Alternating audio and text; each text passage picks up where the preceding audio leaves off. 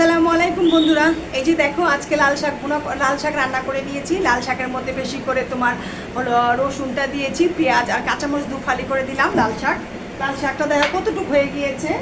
আর হলো এই যে নদীর বড় বড় বাইলা মাছ ভুনা করে নিয়েছি।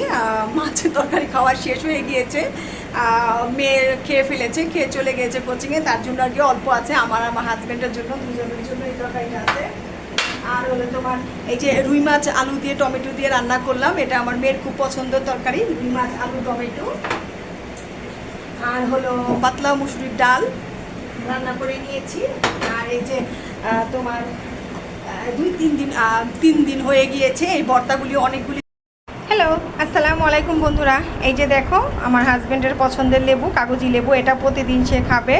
আর হলো সাথে তোমার নাগামরিচ বা বোম্বাই মরিচ থাকলে সেটাও খায়। আর হলো এখানে হলো লাল শাকটা ভুনা করেছি হলো তোমার কাঁচামরিচ আর হলো পেঁয়াজ রসুনটা বেশি দিয়ে, কিন্তু লাল শাকটা একদম থেতলিয়ে নিয়েছি ডাল ঘুগনি দিয়ে। আর হলো তোমার এই যে বাইলা মাছটা ভুনা করেছি বেশি করে ধনে পাতা দিয়ে। খেয়াল করে দেখো আমি কিন্তু ধনে পাতা কুচি কুচি করে দেই না, ধনে পাতা আমি আস্ত দেই। আমার শুধু মাছে গ্রানটা চলে আসলেই হবে ধনে পাতার, আমরা কুচি কুচি করে খেতে পারি না। শুধু গ্রানটা হওয়ার জন্য ধনে পাতাটা দেওয়া হয় আস্তা করে, এভাবেই দেই আমি সবসময়। খেয়াল করে দেখবা তোমরা, যারা আমার ভিডিও দেখো তারা জানো। আর আজকে তোমার ডালটা বাগার দিয়েছি হলো তোমার শুকনা মরিচ দিয়ে, পেঁয়াজ রসুন শুকনা মরিচ দিয়ে ডালটা বাগার দিলাম।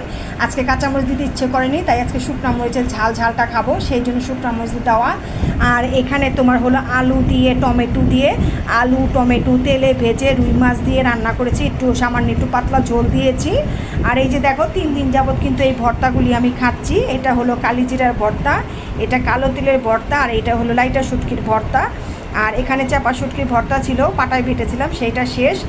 তো আজকে এগুলি যদি ভালো লাগে তাহলে লাইক কমেন্ট শেয়ার আর সাবস্ক্রাইব করে পাশে থাকবেন। আলহামদুলিল্লাহ, খোদা হাফেজ।